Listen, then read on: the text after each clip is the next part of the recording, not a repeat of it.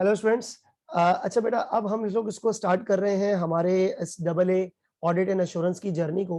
लेकिन obviously paper के जो एकेडमिक साइड उसको पढ़ने से पहले हमें पेपर पैटर्न के बारे में जानना बहुत जरूरी है। सबसे पहले बेटा आप ये चेक कीजिएगा, आपके पास एक होते हैं OTQs और एक होते हैं CRQs। जाहिर सी बात है, आई एम डैम श्योर कि आप लोगों ने स्किल्स लेवल में कोई ना कोई पेपर अटेम्प्ट जरूर किया होगा, because double A could not be your first paper at skills level. तो आप सब बच्चे जानते हैं कि OTQs क्या है और कंस्ट्रक्टिव रिस्पांस क्वेश्चन क्या है। फिर भी मैं अपने तौर पे चीजें एक्सप्लेन कर देता हूँ, फिर उसके बाद हम लोग हमारी डबल ए की जर्नी को स्टार्ट करते हैं। अब देखें, जो OTQs है, this involves having a scenario, और उसी केस स्टडी से रिलेटेड जो है आपके पास MCQs होंगी which are related to that specific case study. और जो CRQs है वो केस स्टडी की होंगी, जिसमें आपके पास डिफरेंट रिक्वायरमेंट्स टेस्ट की जाती हैं, including some knowledge based questions as well. अच्छा बेटा, जो हमारा कोर्स है double A audit and assurance, इसके हवाले से सबसे पहले हम लोग इसका पेपर पैटर्न देख लेते हैं कि इसका पेपर पैटर्न क्या है। ये देखिएगा बेटा, इसका जो पेपर पैटर्न है, आपके पास सेक्शन ए आता है जिसमें OTQs है, यानी कि 3 OTQs आपको आएंगी, और पर OTQ आपके पास 5 MCQs होंगी वर्थ 2 मार्क्स ईच, यानी कि 30% जो आपका पेपर है वो MCQs या OTQs स्टाइल पर बेस करता है। अच्छा, होगा ये कि आपके पास एक केस स्टडी है, उस केस स्टडी की 5 MCQs हैं, ठीक है। इसी तरह आपके पास एक और केस होगा, उसकी 5 MCQs, फिर एक और केस होगा, उसकी 5, टोटल मिला के आपके पास 15 और मल्टीप्लाई बाय 2 तो 30 नंबर। और फिर है बेटा आपके पास section B CRQs, constructive response questions, और इसमें एक CRQ जिसकी जो वेटेज है वो 30% है। इसमें जाहिर सी बात है बेटा, कुछ ना कुछ केस भी होगा, और इसमें आपके पास प्लस नॉलेज बेस भी होगा। और जो बाकी के 2 CRQs हैं 20 मार्क्स ईच, वो 40 नंबर है। ऑब्वियसली इसमें केस स्टडी भी है और नॉलेज बेस भी है, और आपके पास 100 मार्क्स है। अच्छा, in this paper double A आपके पास जो मैक्सिमम फोकस होता है वो होता है बेटा आपके पास टाइपिंग का। तो ये सारी की सारी चीजें आपके पास थ्योरेटिकल पेपर है, और उसमें आपको बेटा चीजें क्या करनी होंगी, टाइप करनी होंगी। अच्छा, ये जो हमारा डबल ए का कोर्स है, ये पहला पेपर होगा स्किल्स मॉड्यूल में जिसमें 100% आपको टाइप करना है, न्यूमेरिकल कुछ नहीं है। हाँ, इक्का दुक्का एक सवाल समटाइम्स कभी आ जाता है 3 या 4 नंबर के लिए कि रेशियोज निकालें। अब रेशियोज का ऑडिट एंड एश्योरेंस के ऊपर क्या इंप्लीकेशन है, वो जाहिर सी बात है हम टाइम टू टाइम उसको देखते रहेंगे। लेकिन फॉर इंस्टेंस मैं आपको सिर्फ यही बताना चाहूंगा कि ये थ्योरेटिकल पेपर है, और ये वो वाली थ्योरी नहीं है कि इमेजिनरी थ्योरी हम कुछ भी लिख दें। बेटा इसमें थ्योरी के साथ साथ आई मस्ट से कि ये टेक्निकल एस्पेक्ट की थ्योरी है बेटा। इसमें अकाउंटिंग स्टैंडर्ड्स की थ्योरीज आएंगी, इसमें तमाम चीजें। तो खैर एनीवेज, ये आपका जो पेपर पैटर्न है, ये मैंने आपको अभी सबसे पहले बताया कि पेपर पैटर्न आपको किस तरीके से एग्जामिन होता है, आपका डबल ए का पेपर कैसे आता है, और फिर उसके बाद इसमें नॉलेज बेस्ड क्वेश्चंस भी हैं, और आपके पास जो है वो इसमें सिनेरियो बेस्ड जो है ना वो आपके पास इसमें क्वेश्चंस भी नजर आएंगे। अच्छा जी, अब करते क्या है कि हम लोग इसमें आपके पास फर्स्ट ऑफ ऑल मैं आपको एक मॉडल पेपर दिखा देता हूँ, ठीक है, ताकि आपको एटलीस्ट आइडिया हो कि how the paper will look like. फिर उसके बाद हम लोग हमारी जो डबल ए की जर्नी है वो हम उसको कंटिन्यू करते हैं। तो बेटा आप ये देख सकते हैं यहाँ पर, this is the September 2016 pass exam paper of ACCA। अच्छा, अब एक चीज है कि आपने बेटा ये तो लिखना नहीं, आपको टाइप करना है। तो ACCA की वेबसाइट पे जो उन्होंने प्रैक्टिस प्लेटफॉर्म दिया हुआ है, वहां पर आपने जरूर प्रैक्टिस करनी है। हम भी इंशाल्लाह ताला चीजें लिख कर टाइप करेंगे और तमाम चीजें। And I would like you people कि आपने इसको लेक्चरिंग के बाद रिकैप जरूर देना है, क्योंकि सिर्फ वीडियोस देखने से या लेक्चर्स अटेंड करने से फिजिकल क्लास में चीजें हमें समझ तो आ जाती हैं, लेकिन उससे आपकी प्रैक्टिस नहीं होती। तो आपने प्रैक्टिस लाजमी करनी है। किस तरीके से वो मैं आपको टाइम टू टाइम गाइड करता रहूंगा। मेरा काम है पढ़ाना, आप लोगों की क्वेरीज रिजॉल्व करना, आपकी रिस्पॉन्सिबिलिटी भी है कि उसको रिवाइज करना। कोई सवाल नहीं आ रहा तो ट्यूटर से जरूर पूछना, ठीक है ना, दैट इज योर रिस्पॉन्सिबिलिटी। तो ये दोनों रिस्पॉन्सिबिलिटीज मिलकर एक अच्छा पास रेट जो है ना हमारा इंपैक्ट क्रिएट करेगा। चले खैर एनीवेज बेटा, ये अब इधर आते हैं, जरा आप ये देखिएगा। सबसे पहले all 15 questions are compulsory and must be attempted. और if I can guide you बेटा, ये देखो, the following scenario relates to question number 1 से 5। अब यहां पर आपके पास करना क्या होगा, यहाँ पर बेटा आपके पास ये केस स्टडी है, ठीक है, ये बेटा आपके पास केस स्टडी है पूरी की पूरी। और इस केस स्टडी से रिलेटेड जो है बेटा, इस केस स्टडी से रिलेटेड जो आपके पास क्वेश्चन नंबर 1 है, क्वेश्चन 2 है, 3 है, 4 है, 5 है, और ये तमाम चीजें आपके पास जो है इसमें एग्जामिनेबल है। इसी तरीके से बेटा एक दूसरी केस स्टडी है, ये रही, दूसरा CRQ है, क्वेश्चन नंबर 6 से 10, 6, 7, 8, 9, 10, फिर वही एमसीक्यूज आपके पास आ जाती हैं। और आप सारे स्टूडेंट्स फाउंडेशन और स्किल्स के दूसरे पेपर्स भी आप लोगों ने अटेम्प्ट किए हुए, तो आपको पता है कि एमसीक्यूज का लेवल क्या है। अच्छा बेटा, इसी तरह तीसरा केस है, और इसमें आपके पास ये तमाम चीजें जा रही हैं। नाउ बेटा let's come on to the CRQ। All 3 questions are compulsory. एक क्वेश्चन 30 मार्क्स का है, बाकी 2 क्वेश्चन 20 मार्क्स के हैं। तो ये देखो बेटा, ये कंप्लीट CRQ है फॉर 30 मार्क्स, डिफरेंट पार्ट्स में स्प्लिट है। इसी तरीके से आपके पास क्वेश्चन नंबर 17 है, this is the CRQ 20 marks, different parts पे स्प्लिट है। और फिर उसके बाद आपके पास तीसरा क्वेश्चन आता है, ये भी बेटा 4 नंबर और ये 20 मार्क्स, ये आपके पास स्प्लिट है। So this is your paper sample, जो मैंने आपको बेटा अभी गाइड कर दिया कि आपका पेपर सैंपल है किस तरीके से। चले अब हम बेटा स्टार्ट करते हैं हमारे AA की जर्नी को। पेपर पैटर्न भी हमारे पास हो गया है। Now let's get start. सबसे पहला पॉइंट बेटा, ये इस वक्त जो है आप चेक कर सकते हैं, बेसिक इंट्रोडक्शन इस हैंडआउट के अंदर ये लिखा हुआ है मैंने, और सम बेसिक ओवरव्यू। मैं आपको एक छोटी सी बात बताऊं, ये जो आपकी अभी की क्लास है ना, this class, this is too much important, क्योंकि इसमें मैं बहुत सारे ऐसी बातें आपको बताऊंगा जो स्टूडेंट्स आने से पहले अज्यूम कर रहे होते हैं, शायद वो रियलिटी में होती नहीं है। रियलिटी कुछ और है, स्टूडेंट का माइंडसेट कुछ और होता है। So this class is too much important, this is a very basic overview. सबसे पहला पॉइंट है बेटा, मैं आपको एक छोटी सी एग्जांपल बताऊं कि अगर आप सारे बच्चे बेटा जानते हैं कि जो एक कंपनी होती है जिसको हम लोग कहते हैं बेटा PLC, पब्लिक लिस्टेड कंपनी। बेटा इस पब्लिक लिस्टेड कंपनी में जो ऑनर्स होते हैं, वो ऑनर्स कौन होते हैं बेटा आपके पास? Share holders. ऑनर्स कौन होते हैं बेटा आपके पास? Share holders. लेकिन जो उस कंपनी को रन करता है, वो रन कौन करते हैं बेटा? Board of directors. अब board of directors financial statements produce करते हैं, जिसको हम लोग कहते हैं income statement, balance sheet, cash flow statement of changes in equity, notes to the accounts. तो बेटा ये जो फाइनेंशियल स्टेटमेंट्स हैं, ये फाइनेंशियल स्टेटमेंट कौन प्रोड्यूस करता है? Board of directors. अब एक छोटी सी बात, क्या इन फाइनेंशियल स्टेटमेंट्स में मैनिपुलेशन के चांसेस हैं? मैनिपुलेशन मतलब सच को झूठ, झूठ को सच दिखाना, बिल्कुल है। तो बेटा होता क्या, ये फाइनेंशियल स्टेटमेंट रिपोर्ट करते हैं, अपने शेयर होल्डर्स को रिपोर्ट करते हैं। मैं कोई भी ऐसी बात नहीं कर रहा इस वक्त, नई बात जो आप लोगों को ना आती हो, आप सब बच्चों को आती है पहले से ये चीजें, ठीक है ना, लेकिन स्टिल रिकैप करना थोड़ा सा जरूरी है। अब होता क्या है, सिर्फ इन पार्टीज की तसल्ली के लिए, इन पार्टीज की तसल्ली के लिए बेटा एक एक्सटर्नल पार्टी अपॉइंट की जाती है जो फाइनेंशियल स्टेटमेंट को चेक करता है।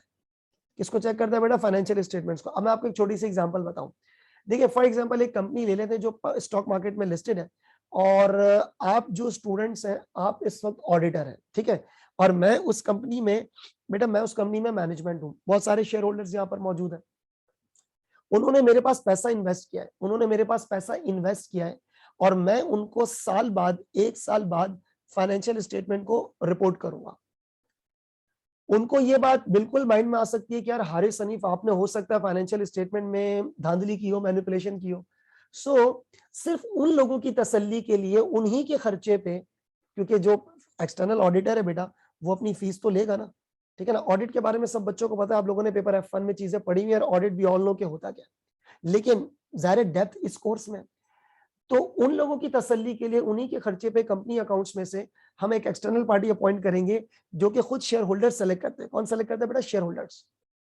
वो आते हैं और फाइनेंशियल स्टेटमेंट्स को देखेंगे, और फाइनेंशियल स्टेटमेंट को चेक करने के बाद वो बता देंगे शेयर होल्डर्स को कि यार फाइनेंशियल स्टेटमेंट सच है या झूठ है, ठीक है। तो एक छोटा सा एक ओवरव्यू था। अब आते हैं बेटा थोड़ी सी डिटेल में। अच्छा, अब डिटेल क्या है ये जरा देखिएगा, सम बेसिक ओवरव्यू। अच्छा, वन मोर इंपॉर्टेंट थिंग, ये जितने भी नोट्स वगैरह, ये आपको नोट्स आपके साथ शेयर हो जाएंगे, ठीक है। सो उसका एक डिफरेंट जो है वो तरीका होगा कि आपको नोट्स किस तरीके से प्रोवाइड करना है, आप मुझे मैसेज भी कर सकते हैं व्हाट्सएप पे। अच्छा खैर, अब बेटा अब हम चलते हैं हमारे इस जर्नी के ऊपर। अब आप ये देखिएगा बेटा, इसमें क्या लिखा है, some basic overview. Some basic overview. सबसे पहला पॉइंट, जो बेटा ऑडिटर है is external to the company, यानी कि एक्सटर्नल फर्म है। और बेटा ये फर्म ऑफ चार्टेड अकाउंटेंट्स कहलाती है। क्या कहलाती है बेटा? Firm of chartered accountants. ये बहुत ही इंपॉर्टेंट लेक्चर है आज का, इसमें बहुत सारी चीजें आपको कवर्ड होने वाली हैं, आपका एक पूरा माइंडसेट बनेगा। फिर उसके बाद अगली लेक्चर में हम लोग पहला चैप्टर पढ़ेंगे, फिर तमाम चीजें ऑल दैट स्टफ। बेटा ऑडिट किस चीज का होता है? फाइनेंशियल स्टेटमेंट्स का। Nothing is mention, I repeat, nothing is mention, I again repeat, nothing is mention.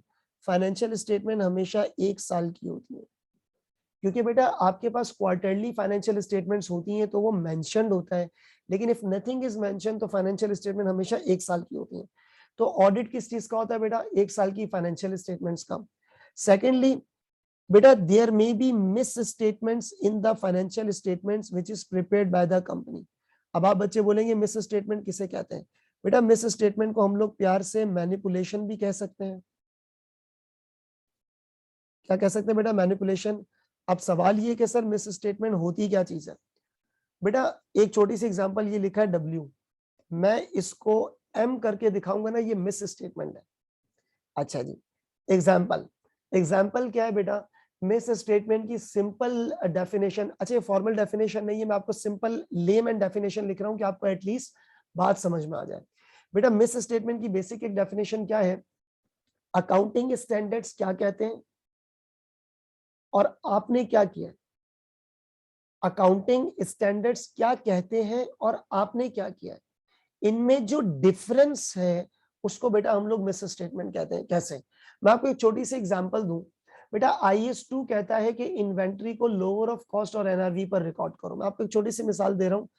Inventory जो है आपके पास IS2 है, बेटा वो कहती है इन्वेंट्री को आप लोअर ऑफ कॉस्ट या NRV पे रिपोर्ट करो। अब लेट्स से बेटा जो कॉस्ट है आपके पास $10 है, NRV है 6, हमें लोअर पर वैल्यू करना है, लेकिन मैंने हायर पर कर दिया, होना चाहिए था ये, मैंने कर दिया 10, तो बेटा कितना डिफरेंस आ रहा है? 4।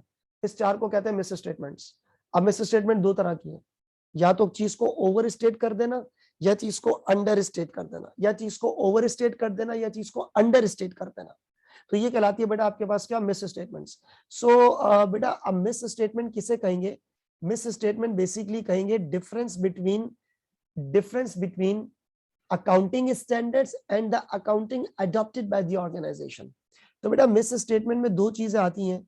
एक आती है बेटा आपके पास चीज को ओवर स्टेट कर देना, या फिर चीज को क्या कर देना बेटा? अंडर स्टेट कर देना। And what is miss statement? बेटा मिस स्टेटमेंट है डिफरेंस, डिफरेंस बिटवीन, बेटा किस चीज का डिफरेंस है जरा देखिएगा? Difference between accounting standards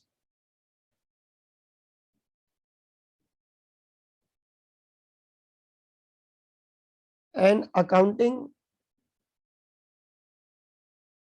adopted by the company, and accounting adopted by the company. ठीक है बेटा। अब एक छोटी सी बात ये कि जो आपके पास फाइनेंशियल स्टेटमेंट्स है बेटा, उसमें मिस स्टेटमेंट्स हो सकती हैं। जो फाइनेंशियल स्टेटमेंट्स है उसमें मिस स्टेटमेंट्स हो सकती हैं, ठीक है ना। तो फाइनेंशियल स्टेटमेंट्स उनकी शेयर होल्डर्स की तसल्ली के लिए हम external firm of chartered accountants आते हैं आपके पास, फर्म ऑफ चार्टर्ड अकाउंटेंट्स, ठीक है ना। अच्छा chartered accountant does not mean only CA ICAP, chartered accountants, ठीक है ना, that could be chartered certified accountants, there could be ICAP, there could be ICAEW etc. तो पूरी दुनिया में ऑलमोस्ट 174 अकाउंटेंसी बॉडीज हैं, जो टाइम टू टाइम बेटा मैं आपको बताता जाऊंगा कि वो कौन कौन सी बॉडीज हैं, किस तरह उनकी एंड ऑल दैट सब जो भी उसके फॉर्मेलिटीज हैं। नाउ बेटा difference between accounting standard and accounting adopted by the company, और ये जो मिस स्टेटमेंट्स है ये ओवर अंडर दोनों हो सकती हैं। शेयर होल्डर की तसल्ली के लिए हम फर्म ऑफ अकाउंटेंट्स को अपॉइंट करते हैं, तो वो चेक कर लेते हैं फाइनेंशियल स्टेटमेंट्स। अब बेटा नेक्स्ट में यही लिखा हुआ है कि external audit is for the satisfaction of the share holders.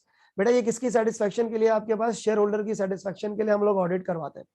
फिर क्या लिखा बेटा? It is a legal requirement for PLC to conduct the external audit.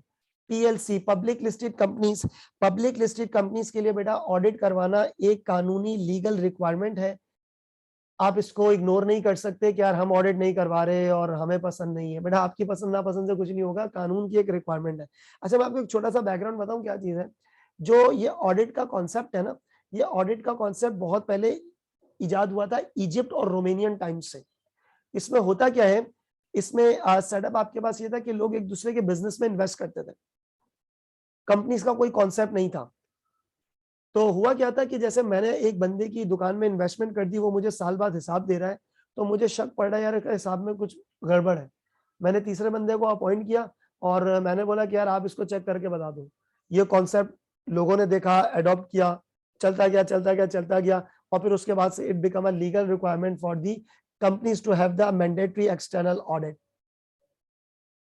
तो कोई भी चीज जब कानून बनती है तो वो इसी तरीके से एक प्रैक्टिस बनती है। तो खैर एनीवेज, ये इतनी हिस्ट्री में हमें जाने की जरूरत नहीं है, we have to be exam focused. अच्छा बेटा, auditor is appointed by shareholders in AGM. ये भी एक इंपॉर्टेंट पॉइंट है कि ऑडिटर्स को अपॉइंट कौन करता है? Share holders. जैसा भी जो मैंने आपको स्टोरी बताई थी, ये कि मैंने अगर किसी के बिजनेस में इन्वेस्ट किया है तो बेटा मैं ही अपॉइंट करूंगा ना, थर्ड पार्टी। क्योंकि जो ऑडिटर होता है बेटा वो आपके पास होना चाहिए न्यूट्रल। ऑडिटर क्या होना चाहिए बेटा? न्यूट्रल। मैं अपॉइंट करूंगा कि भाईजान आप इसको चेक करके बता दें मेरी तसल्ली के लिए।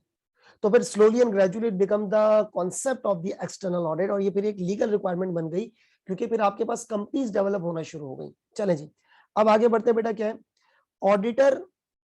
ऑडिटर जो है वो एक कंपनी की फाइनेंशियल स्टेटमेंट को चेक करता है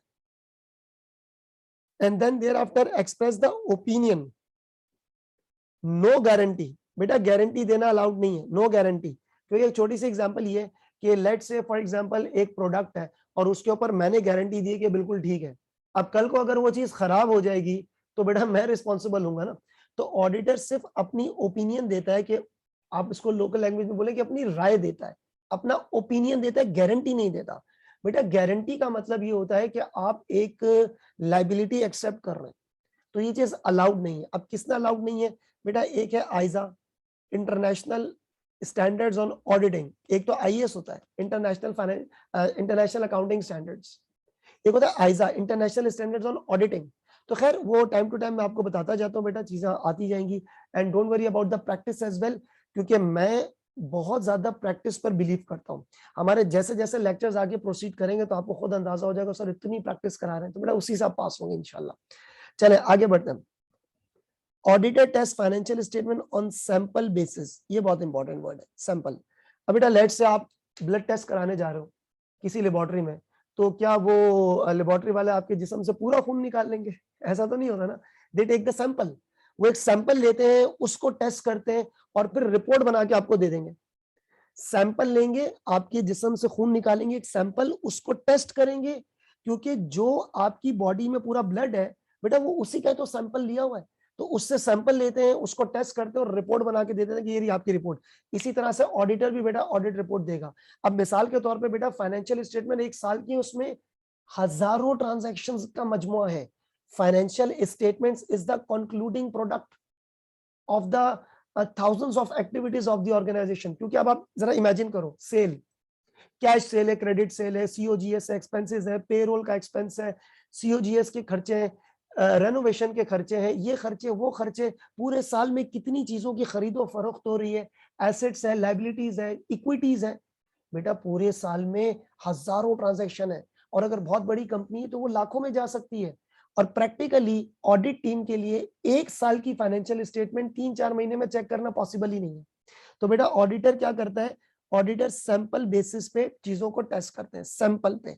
अब फिर एक चीज है बेटा, आगे बढ़ेंगे तो सैंपल का अपना एक अलग आइजा बन जाएगा, सैंपलिंग का अलग आइजा बन जाएगा, ठीक है ना। सो हर एक टॉपिक के डिफरेंट स्टैंडर्ड्स ऑन ऑडिटिंग यहाँ पर आपके पास मौजूद है। तो बेटा यहाँ पर आपके पास क्या है? ऑडिटर जो अपना काम करता है वो सैंपल बेसिस के ऊपर करता है। उसके बाद बेटा auditor test the material items. बेटा ये मटेरियल रॉ मटेरियल नहीं है, मटेरियल का मतलब होता है जो कि आपके पास हो सिग्निफिकेंट। मटेरियल वो जो कि क्या हो? सिग्निफिकेंट, यानी कि जिसकी जो मॉनेटरी अमाउंट है वो ज्यादा हो, जिसकी जो मॉनेटरी अमाउंट है क्या हो? ज्यादा हो। तो बेटा ऑडिटर मटेरियल आइटम्स को चेक करता है, ठीक है। आगे बढ़ते हैं।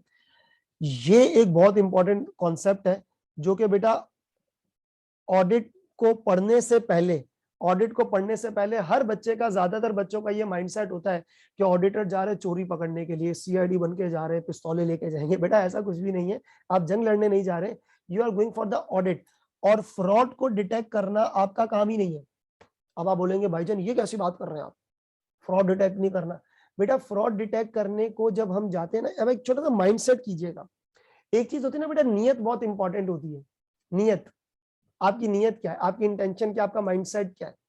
मिसाल, एक कंपनी है और उस कंपनी में चोरी हुई है, एक कंपनी में चोरी हुई है, उस कंपनी को भी पता है कि यार यहाँ पे चोरी हुई है, और आपको इनवाइट किया है, आपको बुलाया गया कि भाईजान आप लोग आए और चोरी को पकड़े। अब आप सोचें, आप किस माइंडसेट के साथ वहां जा रहे हो कि चोरी हुई है और मैंने उसको डिटेक्ट करना है। इसको हम लोग ऑडिट नहीं कहते, इसको कहते हैं फॉरेंसिक ऑडिट, किसी इरेगुलरिटी को। और बेटा ये हमारे पास, हमारे स्कोप में नहीं है। इंशाल्लाह जब हमारी मुलाकात होगी AAA के अंदर, उसमें बताऊंगा कि ये फॉरेंसिक ऑडिट क्या है। यहाँ पे आपको एक पुलिस ऑफिसर और CID की तरह बन के सोचना है, लेकिन यहाँ पर बेटा मामला कुछ और है। अब जरा सिस्टम समझेगा, ये मैंने छोटी सी स्पेस भी लिखी, इसमें मैं आपको बताऊंगा। बेटा auditor not responsible to detect fraud, he is there to check the application of accounting standard. बेटा एक छोटी सी एग्जांपल, अब आप सोचिए अगर आपकी कंपनी में, मिसाल के तौर पे आपकी कंपनी में फ्रॉड हुआ, मैं आपको छोटी सी बेटा एग्जांपल लिखता हूँ यहाँ पे, जरा नोटिस कीजिएगा एग्जांपल। सपोज करें बेटा फ्रॉड हुआ है, लेट्स से फ्रॉड हुआ है आपके पास 20,000 का, अज्यूम बेटा ये मटेरियल अमाउंट है, अज्यूम के मटेरियल है। तो ऑर्गेनाइजेशन ने क्या किया, ऑर्गेनाइजेशन ने इसकी, अब बेटा चोरी होना भी तो एक नुकसान है ना। अब कंपनी ने क्या किया, 20,000 रुपए का कैश चोरी हो गया, मिसाल के तौर पे $20,000 का कैश चोरी हो गया। कंपनी ने क्या किया, बोला पैसा तो चला गया ना। अब जरा ध्यान से सुने कंपनी ने क्या किया, कंपनी ने यहां पर एक डबल एंट्री पास की, कैश क्रेडिट 20,000 से और ट्रेवलिंग एक्सपेंस 20,000 से। ठीक है, अब जरा ध्यान से सुनना, क्योंकि बहुत कोशिश की हमने चोर को पकड़ने की, चोर मिला नहीं, तो हम लोगों ने ये एंट्री पास करके अकाउंट्स को बैलेंस कर दिया, बैलेंस तो हो गया। अब आप पहुंचे, आपको पता लगा कि यार किस कंपनी में तो चोरी हुई है, तो बेटा डबल एंट्री तो ये बनी। अब आप मुझे एक बात बताओ, अगर कंपनी शेयर होल्डर्स को ये वाली फिगर रिपोर्ट करके देगी, तो बेटा शेयर होल्डर क्या समझेगा कि 20,000 का ट्रैवल, शेयर होल्डर तक बेटा गलत खबर पहुंच रही है, शेयर होल्डर्स पे गलत खबर पहुंच रही है।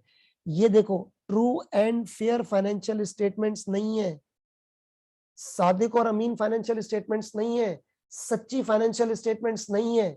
तो बेटा शेयर होल्डर्स तक हमने जो खबर पहुंचानी है वो सच पहुंचानी है। तो बेटा ये आपके पास मैनिपुलेशन है, ये मैनिपुलेटेड फाइनेंशियल स्टेटमेंट्स है, नो। तो ऑडिटर बोल देगा financial statements not true and fair. बात समझ रहे हैं, बात समझ रहे हैं। यहां पर आपका काम चोरी को डिटेक्ट करना नहीं है, चोरी हो गई, सुनना जरा, ये थ्योरेटिकली सुनो, चोरी हो गई, मैंने डबल एंट्री पता है क्या पास की है, डबल एंट्री पास की है फ्रॉडुलेंट एक्सपेंस डेबिट, थेफ्ट और कैश क्रेडिट। सच है, शेयर होल्डर को सच बता रहा हूं, तो आप भी बोलोगे यार हारिस भाई आप तो सच इंफॉर्मेशन बता रहे हो फाइनेंशियल स्टेटमेंट्स में शेयर होल्डर्स को। आपने भी ओपिनियन दे दिया, ट्रू एंड फेयर का ओपिनियन। तो बेटा दिस इज द थिंग, आपका काम चोरी पकड़ना नहीं है कि चोर कौन है, चोर को बुलाओ, पुलिस के हवाले करते हैं, ये सिस्टम मेरा काम है, ये आपका काम नहीं है। आपका काम इतना है कि फाइनेंशियल स्टेटमेंट्स में, बेटा फाइनेंशियल स्टेटमेंट्स में जो कुछ लिखा है वो सच होना चाहिए, that's the thing, true and fair. और बेटा ये जरा सुनिएगा कि ऑडिटर को सोचना कि auditor should think there may be error, fraud, everything is genuine. Auditor 3 सोच लेकर चलेगा कि फाइनेंशियल स्टेटमेंट्स में गलती भी हो सकती है, चोरी भी हो सकती है, सब कुछ ठीक भी हो सकता है। और बेटा auditor prepare the report and express the opinion कि क्या आपकी financial statement true and fair है या नहीं है। सो बेटा what you are suppose to do, आप बच्चों ने काम क्या करना है, आप आप बच्चे जब इंशाल्लाह ताला फ्यूचर में ऑडिटर बनेंगे, तो आपने बेटा काम क्या करना है, आपने जाना है फाइनेंशियल स्टेटमेंट्स को देखना है, और आपने ये चेक करना है कि जो कुछ भी फाइनेंशियल स्टेटमेंट्स में लिखा हुआ है वो सच होना चाहिए, सच के सिवा कुछ नहीं होना चाहिए। ठीक है ना, so that's you have to express the opinion on the financial statements. Next, अब बेटा ये जरा देखिएगा क्या लिखा है, auditor has to perform the audit based on systematic approach. बेटा सिस्टमैटिक अप्रोच ये नहीं कि आप गए, ये ऑर्गेनाइजेशन है बेटा, कंपनी है, आपका अपना ड्राइंग रूम नहीं है कि आपने जो चीजें, या बेडरूम नहीं है, चीजें इधर उधर रख दी, नहीं बेटा, आपको एक सिस्टमैटिक अप्रोच को फॉलो करना पड़ेगा। और ये मैं आपको बताता हूँ लेटर ऑन मैं आपको बताता हूँ कि सिस्टमैटिक अप्रोच क्या है। बेटा ये होती है दरअसल सिस्टमैटिक अप्रोच, सिस्टमैटिक अप्रोच ये होती है। तो मैं आपको अपकमिंग स्लाइड्स में बेटा बताता हूँ कि सिस्टमैटिक अप्रोच क्या चीज होती है। और बेटा एक बहुत इंपॉर्टेंट चीज है ऑडिट प्रोसीजर्स, ये क्या चीज है, ध्यान से सुनना। Auditor has to do some work actions known as the audit procedures. Sir ये क्या चीज है, ध्यान से सुनना। बीमार हो गए आप, अल्लाह ना करे, डॉक्टर के पास गए, डॉक्टर क्या करेगा, स्टेथोस्कोप लगाएगा, दिल की धड़कन टेस्ट करेगा, फिर बोलेगा बेटा मुंह खोलो, गला चेक किया, फिर यहाँ पर माथे पे स्ट्रिप रख के बुखार चेक करेगा। What is this? These are the medical procedures. ये सब क्या है? Medical procedure. जो बंदा जो काम करेगा वो प्रोसीजर है, ध्यान से रखना। जो करा वो प्रोसीजर है, जो करा वो प्रोसीजर कहलाएगा। और जो चीज आप हासिल करोगे, सबूत। मिसाल, डॉक्टर ने माथे पर स्ट्रिप रखी, ये उसका प्रोसीजर है। उसने बता दिया आपका फीवर है 102, ये सबूत है। जो करेंगे वो प्रोसीजर्स कहलाएगा। तो बेटा ऑडिट प्रोसीजर्स क्या है? Actions of auditor, actions of auditor. मैं आपको एक छोटी सी मिसाल दूं, जरा गौर से सुनना। एक ही एग्जांपल दूंगा क्योंकि ये इंट्रोडक्शन बहुत ही इंपॉर्टेंट है। एक ही मिसाल दूंगा, आगे जाके बढ़ेंगे तो फिर एग्जांपल्स ही एग्जांपल्स हैं। मिसाल, बेटा मेरे वेयर हाउस में 1000 यूनिट्स पड़े हुए हैं, 1000 यूनिट्स पड़े हैं। आपको मैंने इंफॉर्मेशन दी है, क्योंकि वही 1000 यूनिट्स जो है वो फाइनेंशियल स्टेटमेंट्स में भी तो रिपोर्ट होंगे ना, कहीं ना कहीं। अच्छा, जरा सुनिएगा हुआ क्या। बेटा मेरे उस वेयर हाउस में 1000 यूनिट्स पड़े। आपने बोला मैं कैसे यकीन कर लूं? बेटा ऑडिटर की एक फिलोसॉफी है, फलसफा याद रखना। Don't trust, verify. मैं रिपीट कर रहा हूं, डोंट ट्रस्ट, यकीन नहीं करना है, वेरीफाई करना है। बेटा ये एक मैं गोल्डन वर्ड लिखने जा रहा हूं यहाँ पे, और ये मैंने क्या लिखा बेटा? Don't trust, verify it. चीजों को वेरीफाई करो, यकीन नहीं करो। मैं आपको कह रहा हूं कि बेटा वेयर हाउस में 1000 यूनिट्स पड़े, आप बोलेंगे हारिस भाई आप तो बहुत अच्छे आदमी हैं, सच्चे आदमी हैं, मान लेते हैं। What is this? ट्रस्ट थोड़ी करना है, वेरीफाई करना है। नंबर 2, मैंने कहा 1000 यूनिट्स पड़े, आप बोलेंगे हारिस भाई आप तो झूठे आदमी हैं। बेटा आपने मुझे झूठा कह दिया, नहीं, वेरीफाई करो।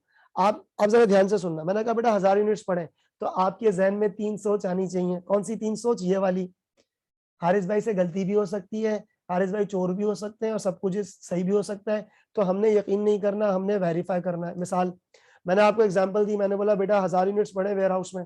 आपने बोला ओके सर, मान लेते हैं हाइपोथेटिकली, लेकिन हमें वेरीफाई करना है, यकीन नहीं करना है। तो आप जाएंगे वहां पर, दरवाजा खोलेंगे, 1000 यूनिट्स के बॉक्सेस पड़े, गिन लेना। अब आप बोलेंगे सर 1000 यूनिट्स गिनेंगे कैसे? तो बेटा काउंटिंग का भी एक तरीका होता है ना, रोज एंड कॉलम, खैर वो आगे बात करेंगे। आपने क्या काम करना है बेटा? आपने जाकर के गिन लेना है, दैट्स इट। तो ये आपके पास क्या हो जाएंगे? प्रोसीजर हो जाएगा, काउंटिंग ऑफ इन्वेंट्री। अब बेटा ये क्या लिखा हुआ आपके पास? Audit procedures. So audit procedures क्या है बेटा? ऑडिट प्रोसीजर्स को मैं एक्सटेंड करता हूं, these are the actions of the auditor.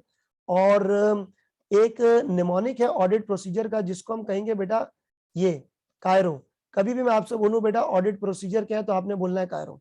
अच्छा, अब ये कायरो क्या है बेटा? Cairo actions of the auditor है, यानी कि प्रोसीजर्स है।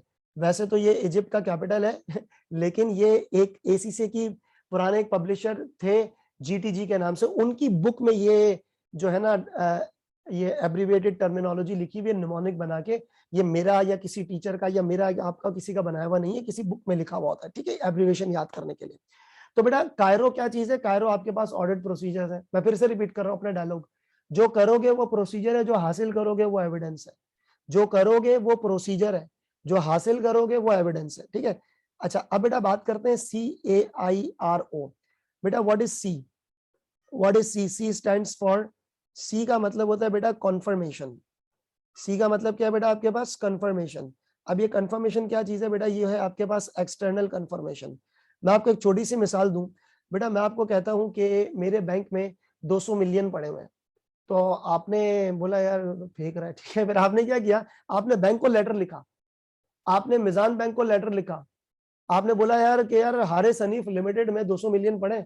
बैंक का जवाब आएगा, कंफर्मेशन है। कंफर्मेशन बेटा किससे होती है? हमेशा एक्सटर्नल पार्टी से। मिसाल के तौर पे आपने बैंक से कंफर्मेशन ली, बेटा आपने सप्लायर से कंफर्मेशन ली, आपने बेटा कस्टमर से कंफर्मेशन ली, वगैरह वगैरह वगैरह वगैरह, आपने कंफर्मेशन वगैरह लेते चले गए। फिर है बेटा आपके पास ए। अच्छा, what do you mean by A? A का मतलब क्या है बेटा? ए का मतलब होता है एनालिटिकल प्रोसीजर। अच्छा बेटा मैं आपको बताऊं, फ्यूचर में जब मैं आपको एनालिटिकल प्रोसीजर पढ़ाऊंगा ना, तो ये बेटा अपने आप में बन जाएगा आइजा 520। खैर अभी मैं किसी आइजा का नंबर नहीं ले रहा।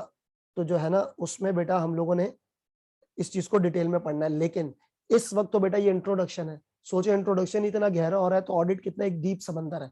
तो बेटा ये आपको ऑडिट के लिए बहुत अच्छे तरीके से प्रिपेयर रहना है, जो बोलूं वो करते रहना, बस दैट्स इट। चलो बेटा, एनालिटिकल प्रोसीजर्स का मतलब क्या होता है बेटा? एनालिटिकल प्रोसीजर का मतलब होता है चीजों को कंपेयर करके अनोखी चीज को इन्वेस्टिगेट करना। किसको इन्वेस्टिगेट करना? अनोखी चीज को। मिसाल, अनोखी चीज क्या है? सेल बढ़ रही है, सेल बढ़ रही है, फाइनेंशियल स्टेटमेंट में सेल बढ़ रही है। पिछले साल सेल थी $100 की, मिलियन, इस साल हो गई 150। बेहतरीन। बेटा जब सेल बढ़ेगी तो डिस्ट्रीब्यूशन एक्सपेंस बढ़ना चाहिए, obviously. Distribution expense, supplying expense, वो कम हो रहा है। अनोखी बात है। आप बोलोगे हारिस भाई सेल बढ़ रही है, डिस्ट्रीब्यूशन एक्सपेंस कम हो रहा है, what is this? Hello, compare किया, अनोखी चीज को आपने इन्वेस्टिगेट किया। किसको? अनोखी चीज को, समथिंग अनयूजुअल, नॉर्मल नहीं, एब नॉर्मल चीजों को। तो बेटा इसमें हम लोग क्या कहते हैं? इसका मतलब होता है कंपेयर करना, compare and investigate the unusual. मेरा मतलब है एब नॉर्मल थिंग्स। बेटा ये मैंने बहुत आसान लैंग्वेज में डेफिनेशन लिखी हुई है, कंपेयर करके एब नॉर्मल चीज को इन्वेस्टिगेट करना। लेकिन जब हम आगे प्रोसीड करेंगे तो बेटा ये पूरा का पूरा टॉपिक है, इसके ऊपर पूरा सवाल बन सकता है, पूरा का पूरा ओटीक्यूज इसमें आ सकती हैं। एनीवेज, इंट्रोडक्शन है ना, सिर्फ सीख रहे हैं, ऑडिटर है हम, प्रोसीजर है। We have to think like a police inspector of financial statements, we have to think like CID, कि भाई ये भी गलत हो सकता है, ये भी गलत हो सकता है, ये तमाम चीजें। खैर एनीवेज आगे बढ़ते हैं। फिर है बेटा आपके पास I3। I3, 3 मतलब 3 आईज होंगे बेटा। एक तो होगा आपके पास इंक्वायरी। अच्छा, इंक्वायरी का मतलब क्या होता है? बेटा इंक्वायरी का मतलब होता है सवाल जवाब करना, पूछताछ करना। मिसाल के तौर पे आप एक कंपनी में गए, आपको तो नहीं पता ना कि वो कंपनी फीफो मेथड इस्तेमाल करती है इन्वेंटरी के लिए या एफको, क्योंकि लीफो तो IS2 ने मना किया हुआ है। नहीं पता ना, पूछोगे, सवाल जवाब करोगे ना। आप आगे मुझसे पूछोगे, अच्छा पूरे केस में मैं हारिस हनीफ लिमिटेड एक्ट कर रहा हूँ कंपनी, और आप बच्चे ऑडिटर, मैं कंपनी आप ऑडिटर, हम दोनों का ये रिश्ता है फिलहाल इस कोर्स के अंदर। तो बेटा what will be happening, you will have to come here, ask me, पूछोगे मुझसे, हारिस भाई आप फीफो इस्तेमाल करते हो या एफको? समझ रहे बात? तो ये इंक्वायरी है। और बेटा एक बात याद रखना, कॉन्फर्मेशन एक्सटर्नल पार्टी से होती है, और इंक्वायरी जो है बेटा ये किससे होगी? क्लाइंट एंटिटी से। Asking things from the staff of company, कुछ भी चीज है, सवाल जवाब। अच्छा एक बात बताओ बेटा, ये जो प्रोसीजर है ये इंट्रोडक्शन है, जब पढ़ेंगे अगले लेक्चर्स में डिटेल समंदर बनता जाएगा। तो बेटा ये तो हो गया आपके पास क्या? इंक्वायरी। दूसरा है आपके पास बेटा इंस्पेक्ट। अभी थोड़ी देर पहले मैंने क्या कहा था? वेयर हाउस में 1000 यूनिट्स पड़े, आपने बोला हारिस भाई चलो देखते हैं। अब जाके आप चीजों को देखोगे बेटा, इसको हम लोग कहते हैं इंस्पेक्शन ऑफ एसेट्स। क्या बेटा? Inspection of assets. दो तरह के एसेट्स है ना आपके पास, current asset, non current asset. तो बेटा इसका मतलब होता है कि आप उसको फिजिकली इंस्पेक्ट करोगे। मैं आपसे कह रहा हूँ कि बेटा मैंने एक नई गाड़ी खरीदी है, पार्किंग में खड़ी है, आप बोलोगे आप फेंक रहे हैं, चलो जाके देख लेते हैं, ये नहीं खरीदी, खड़ी हुई गाड़ी, फिजिकल इंस्पेक्शन।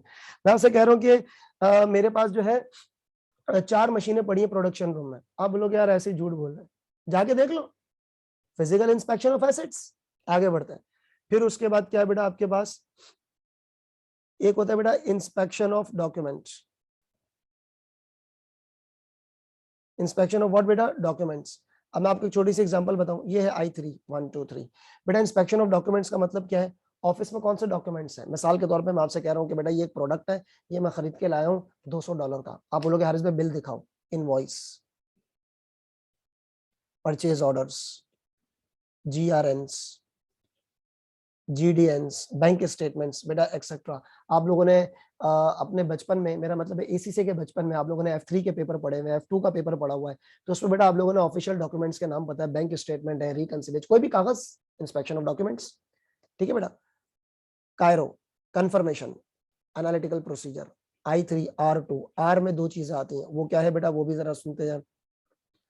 R2 है बेटा, R का मतलब ये है, एक है आपके पास रिकैलकुलेट, और एक होता है बेटा आपके पास रीपरफॉर्म। अच्छा, ये रिकैलकुलेट का मतलब क्या होता है बेटा? मिसाल के तौर पे एक फिगर मैंने रिपोर्ट की हुई है, 100 minus 70 is equal to 30। For example आपने बेटा ये कैलकुलेटर उठाया, आपने किया 100 माइनस ये, ओके 30, रिकैलकुलेट कर लिया। तो बेटा रिकैलकुलेट करने का मतलब क्या होता है? कि चीजों को रीटोटल करना। क्या करना? रीटोटल। जबकि रीपरफॉर्म में क्या होता है? रीपरफॉर्म में आप वो पूरी की पूरी चीज को रीपरफॉर्म करते हो। मिसाल, मैंने नॉन करंट एसेट रजिस्टर बनाया हुआ है, मैंने आपको दिया नॉन करंट एसेट रजिस्टर। आपने क्या किया, आपने उस नॉन करंट एसेट रजिस्टर को उठाया, देखा, साइड पे रख दिया, नया पेपर उठाया, सारे सोर्स डॉक्यूमेंट्स निकलवाए और खुद एनसीए रजिस्टर आपने बनाया और अपना बनाया हुआ एनसीए रजिस्टर मेरे बनाए हुए एनसीए रजिस्टर से कंपेयर कर रहे हो रीपरफॉर्म। बेटा रीपरफॉर्म का मतलब होता है कि ऑडिटर वो एक्टिविटी खुद परफॉर्म करता है और क्लाइंट एंटिटी के साथ उसको कंपैरिजन कर देता है। तो बेटा इसका मतलब क्या होता है कि जो आपका ऑडिटर है, auditor performs the activity, auditor performs the activity and then compare with the work of management and will compare with the work of management। बेटा मैनेजमेंट के साथ वो इस चीज को क्या करता है, कंपेयर कर देता है। ठीक है बेटा, ये हुआ आपके पास CAI3 और O। अब O क्या चीज है बेटा, O तो बहुत ही इंपॉर्टेंट है, मेरे अल्फाज पे गौर करना, शौरी लाशौरी तौर पे, मेरा मतलब है जाने अनजाने में कहीं ना कहीं आप जब भी कभी कहीं जाते हैं चीजों को ऑब्जर्व करेंगे। आप एक दफा पहली बार गए किसी शॉपिंग मॉल में, एंटर हुए, आपकी नजर यहाँ वहां पड़ेगी, अच्छा ये दुकान है, ये स्टेयर्स हैं, यहाँ पर एलिवेटर्स हैं, यहाँ पर मतलब तमाम चीजें बेटा आप ऑब्जर्व करते हो। So observation is too much important. Observation, चीजों को देख के परखना। तो बेटा ये क्या है आपके पास, ऑब्जर्वेशन। और बेटा ओ का मतलब होता है ऑब्जर्वेशन। एक ऑडिटर जब कंपनी में जाएगा तो बेटा क्या क्या चीजें ऑब्जर्व करेगा। एक ऑडिटर कंपनी में बहुत सारी चीजें ऑब्जर्व कर सकता है बेटा। क्या क्या चीजें ऑब्जर्व करेगा, वहां का सिस्टम, वहां का कल्चर, जैसा बाप वैसा बेटा, मिसाल जैसे कंट्रोल जैसा कल्चर वैसी फाइनेंशियल स्टेटमेंट्स। एक जगह सिस्टम बहुत अच्छा है तो फाइनेंशियल स्टेटमेंट भी अच्छी होंगी, सिस्टम बुरा है फाइनेंशियल स्टेटमेंट्स भी खराब होंगी। तो बेटा ऑडिटर ऑब्जर्व करता है किस चीज को, सिस्टम को, कल्चर को, ये आपके पास चीज है बेटा। वहां पे office style, controls etcetera, there are too many things to observe in the client entity. बेटा मैं दोबारा से एक चीज आपको बताना चाह रहा हूँ, ऑडिटर, ये बहुत गोल्डन वर्ड लिखे मैंने, भरोसा नहीं करना, वेरीफाई करना। भरोसा नहीं करना बेटा, वेरीफाई करना। भरोसा टूट भी सकता है, भरोसा ओवर भी हो सकता है, तो हमें बहुत ज्यादा we have to be professional. भरोसा नहीं करना, बेशक क्लाइंट, बेशक कंपनी में आपका कोई जानने वाला भी हो, भरोसा थोड़ी करना है बेटा। अगर भरोसा करना होता तो शेयर होल्डर्स नहीं कर रहे थे, तो आपको क्यों रखा हुआ है, आपने चीजों को वेरीफाई करके शेयर होल्डर्स को बताना है। ये क्या है, audit procedures, action of auditor. जो करोगे वो प्रोसीजर है, जो हासिल करोगे वो सबूत है। ऑडिटर को सबूत चाहिए बेटा। प्रोसीजर्स क्या है, Cairo, C for confirmation, A for analytical procedure, compare करके अनोखी चीज की इन्वेस्टिगेशन करना, I फॉर इंक्वायरी, सवाल जवाब to the client and staff of the company, inspection of asset, physical inspection, documents, बहुत सारे कागजात को देखना, रिकैलकुलेट, टोटल करना, रीपरफॉर्म, वो काम खुद से करना और कंपैरिजन करना। और ऑब्जर्वेशन क्या बेटा, पूरी की पूरी क्लाइंट कंपनी के ऑफिस लेआउट वगैरह तमाम चीजों को आपने ऑब्जर्व करना है। चले बेटा, नाउ नेक्स्ट, नोट। बेटा नोट बहुत इंपॉर्टेंट है, नोट बहुत इंपॉर्टेंट है, वैसे भी नोट ही बहुत इंपॉर्टेंट है आजकल, सही है ना। सो आई एम टॉकिंग अबाउट पैसों वाला नोट्स। एनीवेज, हर जगह नोट ही चल रहे हैं बेटा। ये जरा सुनिएगा, controls have impact on financial statements. ये बहुत ही इंपॉर्टेंट बात कर दी है भाई आपने। Controls have impact on financial statements. बेटा controls have impact on financial statements. बेटा यहाँ पर मैंने आपको एक छोटी सी बात बतानी और लिखनी है, और मैं चाहूंगा कि आप बच्चे अपने रजिस्टर पर साथ साथ नोटिस करें। बेटा एक छोटी सी मिसाल है, ये जो लिखा हुआ है कि आपकी कंपनी में जो इंटरनल कंट्रोल्स हैं, आपकी कंपनी में जो क्या है बेटा, इंटरनल कंट्रोल्स, बेटा उन कंट्रोल्स का इंपैक्ट आता है, उन कंट्रोल्स का बेटा इंपैक्ट आता है किसके ऊपर, ऑन फाइनेंशियल स्टेटमेंट्स। अच्छा बेटा एक चीज जरा सुनिएगा कि जो कंपनी होगी, जो कंपनी होगी उसको हम लोग बोलेंगे क्लाइंट्स, क्लाइंट कंपनी, ठीक है। और जो बेटा आपके पास फर्म होगी वो हमारे होते हैं ऑडिटर, ठीक है। तो मैं कंपनी की जगह बेटा क्लाइंट का लफ्ज यूज करूंगा, तो आपने घबराना नहीं है, इस चीज के लिए घबराना नहीं है, ठीक है। चले जी, अब बेटा ये क्या लिखा हुआ है, क्लाइंट कंपनी और फर्म ऑडिटर। बेटा इंटरनल कंट्रोल्स का इंपैक्ट आता है किसके ऊपर, फाइनेंशियल स्टेटमेंट्स के ऊपर इंपैक्ट आता है। अब बेटा एक छोटी सी बात, ये मैंने आपको थोड़ी देर पहले मिसाल दी थी, जैसा बाप वैसा बेटा, असर आता है ना बेटा, असर आता है। एक इंसान के ऊपर उसकी फैमिली का असर आता है, एक फाइनेंशियल स्टेटमेंट्स के ऊपर कंट्रोल का असर आता है। मैं आपको एक मिसाल दूं, आप एक ऑफिस में गए, आपने ऑब्जर्व किया, ऑब्जर्वेशन, नजर तेज होनी चाहिए लेकिन नजर लगानी नहीं है किसी पे, ठीक है। चले जी बेटा, अब हुआ क्या है कि आपके पास आप गए, आपने क्लाइंट कंपनी को ऑब्जर्व किया और आपने ऑब्जर्व क्या किया, यार ये मैनेजर तो अपनी सीट पर ही नहीं बैठा होता, यार ये तो मैनेजर आए दिन एब्सेंट रहता है। तो फौरन दिमाग में एक माइंडसेट बन गया कि यार इस कंपनी के हालात खराब है, कंट्रोल अच्छे नहीं है। तो दिमाग में पता है क्या बात आएगी, यार जब कंट्रोल ही अच्छे नहीं है तो फाइनेंशियल स्टेटमेंट भी अच्छी नहीं होगी। एक और मिसाल, मैं टीचर हूँ, क्लास में बहुत सारे बच्चे आ रहे हैं, एक बच्चा एब्सेंट, फिर एब्सेंट, 4 दिन बाद आया, फिर 3 दिन एब्सेंट, तो मेरे दिमाग में क्या आएगा, जो आप सोच रहे हैं, यार ये बच्चा एब्सेंट है तो ये पढ़ता क्या होगा, है कि नहीं है। तो बेटा असर आता है चीजों का। तो बेटा इंटरनल कंट्रोल्स जो है वो आपने एक बंदे को देखा, आपने बोला इसकी गैदरिंग बहुत अच्छी है, तो आपने बोला ये शख्स भी अच्छा होगा। आपने बोला नहीं इसकी गैदरिंग बहुत बुरी, आपने कहा ये भी असर आता है ना बेटा। थॉट प्रोसेस बहुत इंपॉर्टेंट चीज है। तो बेटा इंटरनल कंट्रोल का इंपैक्ट आता है किसके ऊपर, फाइनेंशियल स्टेटमेंट्स के ऊपर। अब यहाँ पर बेटा मैं एक बहुत इंपॉर्टेंट नोट करके एक पॉइंट लिख रहा हूँ जो कि बहुत ही ज्यादा इंपॉर्टेंट पॉइंट है बेटा। इफ अगर, इफ का मतलब क्या, अगर बेटा, अगर आपके कंट्रोल्स, अगर आपके कंट्रोल्स बेहतरीन है, बेहतरीन है, या तो बेटा आपके कंट्रोल्स पुअर है, बेकार है, घटिया है। बेटा अगर तो आपके कंट्रोल्स बेहतरीन है, अगर तो आपके कंट्रोल्स बेटा क्या है, बेहतरीन है, अच्छे हैं, तो फाइनेंशियल स्टेटमेंट में मिस स्टेटमेंट, मिस स्टेटमेंट का मतलब होता है गलत बयानी, चांसेस कम है। जीरो कभी भी नहीं है, रिस्क कभी भी जीरो नहीं हो सकता। तो बेटा यहां पर क्या है, less chances of miss statements in the financial statements. और अगर आपके कंट्रोल के, अगर आपके कंट्रोल पुअर है, अगर आपके कंट्रोल्स क्या है बेटा, पुअर है, बेकार है, तो बेटा greater chances of miss statements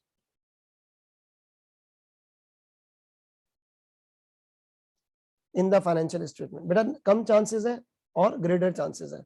तो इसका मतलब बेटा ये है कि आपका, आपके कंट्रोल्स का जो इम्पैक्ट है वो आता है बेटा फाइनेंशियल स्टेटमेंट्स के ऊपर। सही है, तो एक थॉट प्रोसेस बन जाएगा। तो बेटा अब आप सोचें, आप मेजरली क्या चेक करने जा रहे हैं, फाइनेंशियल स्टेटमेंट्स, लेकिन आपको कंट्रोल भी देखने चाहिए ना। आप सोचें एक माँ बाप अपने बच्चों का रिश्ता तय कर रहे हैं कहीं पे, तो बेटा खानदान भी तो चेक करेंगे ना, लड़का लड़की तो देखेंगे, खानदान भी चेक करेंगे क्योंकि उनका भी इम्पैक्ट आता है उनके ऊपर। तो बेटा दैट इज द थिंग। तो कंट्रोल्स का इम्पैक्ट आता है फाइनेंशियल स्टेटमेंट्स के ऊपर। अब आप वापस आ जाए, रिश्ते से वापस आ जाए यहाँ पे, बेटा कंट्रोल्स का इम्पैक्ट आता है फाइनेंशियल स्टेटमेंट्स के ऊपर, ठीक है। तो ऑडिटर क्या करता है, ऑडिटर सबसे पहले बेटा इंटरनल कंट्रोल को टेस्ट करता है। किसको टेस्ट करता है, इंटरनल कंट्रोल्स को। तो अब बेटा यहाँ पर एक बहुत ही इंपॉर्टेंट पॉइंट आएगा। सो जो ऑडिटर है बेटा, ऑडिटर है वो टेस्ट करता है, क्या करता है बेटा, दो चीजों को टेस्ट करता है। सबसे पहले बेटा, सबसे पहले ऑडिटर टेस्ट करेगा नंबर 1, जिसको हम लोग बोलेंगे टेस्ट ऑफ कंट्रोल्स, शॉर्टकट में बोलेंगे बेटा टीओसी। क्या बोलेंगे, टीओसी। क्यों क्यों करता है बेटा टेस्ट ऑफ कंट्रोल, क्योंकि कंट्रोल का इंपैक्ट आता है फाइनेंशियल स्टेटमेंट्स के ऊपर। और फिर बेटा सेकंड नंबर पे ऑडिटर जो है बेटा वो टेस्ट करता है टेस्ट ऑफ फाइनेंशियल स्टेटमेंट्स। और टेस्ट ऑफ फाइनेंशियल स्टेटमेंट्स को बेटा ऑडिटर टेस्ट करता है इन डिटेल, मतलब फाइनेंशियल स्टेटमेंट्स की अकाउंटिंग एंट्रीज के अंदर घुस के उसको टेस्ट करना है। और बेटा इसको प्यार से कहते हैं सब्सटेंटिव टेस्टिंग। क्या कहते हैं बेटा, सब्सटेंटिव टेस्टिंग।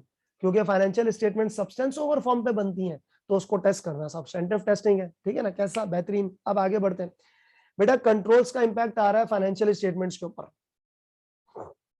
कंट्रोल्स का इंपैक्ट आ रहा है फाइनेंशियल स्टेटमेंट्स के ऊपर। कंट्रोल अच्छे हैं, एफएस में गलती के चांसेस कम है। कंट्रोल्स बुरे हैं, एफएस में गलती के चांसेस ज्यादा है।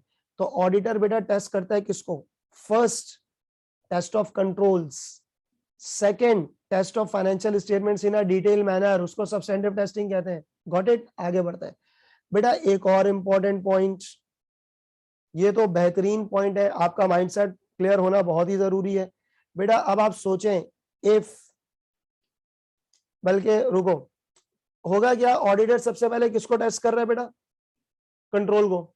जब टेस्ट होता है तो उसका रिजल्ट भी तो आता है ना। अब बच्चों का टेस्ट ले रहे हैं टीचर, चेक करने के बाद रिजल्ट भी तो आएगा ना। ठीक है, अब जरा सुनिएगा बेटा, गौर कीजिएगा बेटा। अब आप ये नोटिस करें, सपोज बेटा जो आपका ऑडिटर है had tested controls, auditor had what? Tested controls. बेटा रिजल्ट भी तो आएगा, रिजल्ट का मतलब क्या है? आउटकम्स। रिजल्ट नहीं आना, आउटकम भी तो आएगा ना। अब जरा सुनिएगा गौर से बेटा, यहां पर मैं लिख रहा हूं if outcome of TOC is बेहतरीन, मेरा मतलब है गुड। एक ऑडिटर ने सिस्टम को टेस्ट किया, कंट्रोल को टेस्ट किया, बड़े बेहतरीन कंट्रोल निकले यार। अब सुनना जरा गौर से बेटा, और कड़ी से कड़ी मिला है। यहां पर मैं लिख रहा हूं दूसरा पॉइंट, चलो बाद में लिखते हैं। ऑडिटर ने बेटा टेस्ट किया कंट्रोल्स को, आउटकम आया control of TOC is very good, control का आउटकम बेहतरीन आया। तो बेटा ऑडिटर का माइंड ये बनेगा कि फाइनेंशियल स्टेटमेंट में गलती के चांसेस कम है। ऊपर देखो, छत पे नहीं देखना, यहाँ देखना ऊपर। बेटा यहाँ पर क्या लिखा हुआ है? ऑडिटर सैंपल पे काम करता है। किस पे काम करता है? सैंपल पे। Auditor works on sample basis, right. तो अब बेटा आप ये चीज नोटिस करें, ऑडिटर ने जब कंट्रोल टेस्ट किए, कंट्रोल गुड निकले, तो ऑडिटर का माइंडसेट क्या बनेगा? फाइनेंशियल स्टेटमेंट में गलती के चांसेस कम है, तो बेटा सब्सटेंटिव टेस्टिंग कम कर देगा, यानी कि सैंपल कम ले लेगा, फाइनेंशियल स्टेटमेंट का सैंपल कम ले लेगा। क्यों? क्योंकि auditor relies on the controls, auditor relies on the control. सही है। तो बेटा outcome of TOC is good, तो less substantive testing, less substantive test, यानी कि बेटा जो आपका लेस सब्सटेंटिव टेस्ट, यानी कि यू कैन से जो आप अपना सैंपल साइज लोगे वो क्या हो जाएगा बेटा? कम हो जाएगा। सैंपल साइज लोगे वो कम हो जाएगा। अच्छा, इसी तरीके से बेटा जब आपके पास आउटकम्स ऑफ टीओसी इज घटिया, बेकार, आपने कंट्रोल टेस्ट किए और आपने बोला यार हारिस भाई आपके तो इंटरनल कंट्रोल ही बहुत बुरे हैं यार, हमें नहीं अच्छे लग रहे कंट्रोल। मैंने कहा अच्छा भाई फिर क्या करेंगे आप? तो आपने बेटा ये चीज सोचनी है कि यार हारिस हनीफ जब तुम्हारे कंट्रोल ही बुरे हैं तो फाइनेंशियल स्टेटमेंट्स भी बुरी होंगी ना। ये देखो, तो greater chances of miss statement in the financial statement. पता क्या करोगे? अब आप बेटा सब्सटेंटिव का सैंपल बढ़ा दोगे, ज्यादा चेक करोगे, क्यों? दिमाग बन गया है, कंट्रोल अच्छे नहीं है तो इसकी फाइनेंशियल स्टेटमेंट भी गलत होंगी। माइंडसेट बहुत इंपॉर्टेंट है। तो आपने क्या करना है? आपने फाइनेंशियल स्टेटमेंट्स की सैंपल साइज को इंक्रीज कर देना है, ठीक है। तो आप क्या करोगे बेटा? ग्रेटर सब्सटेंटिव टेस्टिंग,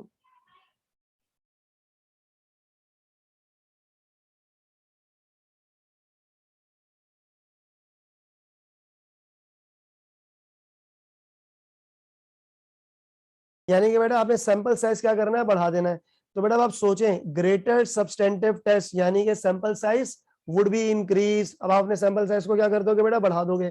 तो ये आपका एक माइंडसेट है, माइंडसेट होना बहुत जरूरी है। मुझे देखो ऑब्जर्व करो, सबसे पहला पॉइंट मैं बल्कि एक काम ये करता हूँ। आप फिलहाल बेटा सारे बच्चे मुझे जरा गौर से देखिएगा, इधर स्क्रीन पे, बाद में इधर सुनो। सबसे पहली बात क्या है? ऑडिटर जाएगा पहले कंट्रोल देखेगा, कंट्रोल देखे बेकार, तो उसने बोला जब कंट्रोल बेकार है तो एफएस भी बेकार होंगी, तो एफएस को ज्यादा टेस्ट करेंगे। कंट्रोल देखे बेहतरीन, तो आपने बोला कंट्रोल अच्छे तो फाइनेंशियल स्टेटमेंट्स भी अच्छी, लेकिन फिर भी सब्सटेंटिव को हम कम करेंगे, लेकिन टेस्ट तो जरूर करेंगे ना, वरना करने क्या गए हो? That is the thing. अब आगे बढ़ो बेटा, एक्सपेक्टेशन गैप। यार ये बहुत इंपॉर्टेंट चीज है, एक्सपेक्टेशन गैप। एक्सपेक्टेशन गैप ये क्या है? मिसाल के तौर पे मैं आपको छोटी सी मिसाल दूं। ये बाज लोग सोचते हैं कि ऑडिटर जो है ना वो फ्रॉड पकड़ता है। सोच तुम्हारी, रियलिटी के ऑडिटर फ्रॉड डिटेक्ट नहीं करता, उसका काम कुछ और है। एक्सपेक्टेशन गैप, तुम उम्मीद क्या लगा के बैठे हो और है क्या, वो एक्सपेक्टेशन गैप है। मिसाल, आपने सोचा था सर हारिस ये सेशन कराएंगे, मिसाल के तौर पे हर टॉपिक के एक सवाल कराएंगे, आपने देखा सर हारिस तो एक टॉपिक के 3-3 सवाल करा रहे। एक्सपेक्टेशन गैप, और होंगे इंशाल्लाह ताला ज्यादा। तो बेटा it's a gap of public opinion about audit and what audit actually is. लोग क्या सोचते हैं और एक्चुअली में है क्या बेटा, उस उम्मीद का जो डिफरेंस है ना उसको हम कहते हैं एक्सपेक्टेशन गैप। ये देखो, some people may think that auditor test 100%, लेकिन बेटा रियलिटी में ऑडिटर सैंपल पे काम करता है। Number 2, people may think that auditor verify all the items, लेकिन in real auditor test material item, सारी आइटम थोड़ी टेस्ट करते हैं, मटेरियल आइटम टेस्ट करते हैं। some people usually think that auditor is giving the guarantee, लेकिन बेटा but instead auditor gives the opinion, सिर्फ अपनी राय देते हैं। और बेटा कुछ लोग सोचते हैं कि ऑडिटर फ्रॉड को डिटेक्ट करता है, यही सोच रहे थे ना आप भी ऑडिट पढ़ने से पहले, सारी उम्मीदें नीचे चली गई, एक्सपेक्टेशन गैप है। लेकिन real he is not responsible to detect fraud, he should ensure financial statement are free from material misstatements whether due to fraud or error। तो बेटा ऑडिटर का काम क्या है? ऑडिटर का काम बेसिकली ये बन जाता है कि फाइनेंशियल स्टेटमेंट्स में अकाउंटिंग स्टैंडर्ड्स को चेक करना है, फ्रॉड डिटेक्ट करना आपका काम नहीं है, खत्म। आगे बढ़ते हैं बेटा, 3 इंपॉर्टेंट कॉन्सेप्ट है, एजेंसी, स्टीवर्डशिप और अकाउंटेबिलिटी। बेटा एजेंसी किसे कहते हैं? एजेंसी का बेसिकली मतलब ये होता है बेटा, एक साहब होते हैं जो होते हैं प्रिंसिपल, ठीक है, प्रिंसिपल, और बेटा वो अपॉइंट करते हैं किसको? वो अपॉइंट करते हैं एजेंट को। अच्छा बेटा एजेंट में क्या चीजें होती हैं, जरा गौर से सुनना, मैं आपको छोटी सी मिसाल दूं। मुझे आउट ऑफ टाउन जाना है, मुझे एरोप्लेन के टिकट चाहिए, तो मैं ट्रेवल एजेंट के पास जाऊंगा ना। मुझे एक फ्लैट खरीदना है या एक बेंगलो खरीदना है, तो मैं प्रॉपर्टी एजेंट के पास जाऊंगा, ठीक है ना, रियल एस्टेट एजेंट्स के पास जाऊंगा, और किसके पास जाऊंगा? तो बेटा दीज आर द एजेंट्स। या कोई भी चीज है तो हर एक चीज के एजेंट होता है।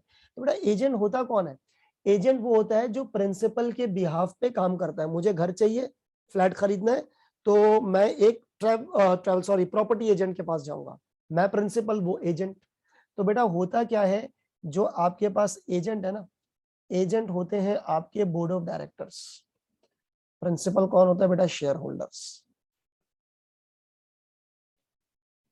शेयर होल्डर अपॉइंट करते हैं किसको? बोर्ड ऑफ डायरेक्टर्स को। इसी तरह बेटा एक और एजेंट होता है, और वो होंगे आप लोग, ऑडिटर।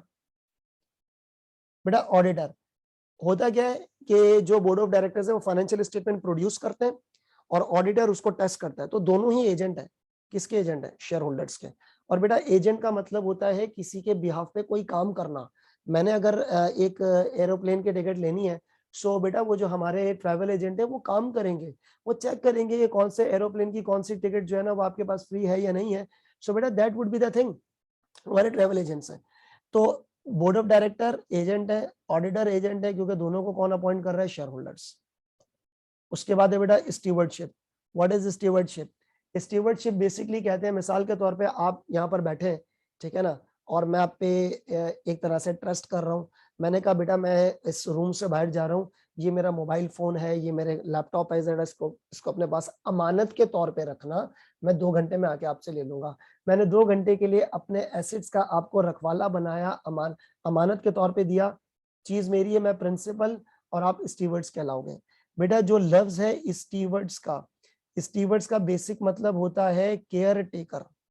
क्या मतलब होता है बेटा? Care taker. स्टीवर्ड्स का बेसिकली मतलब क्या होता है बेटा? Care taker. अब होता क्या है कि जो आपके पास प्रिंसिपल है, प्रिंसिपल तो शेयर होल्डर्स ही हैं,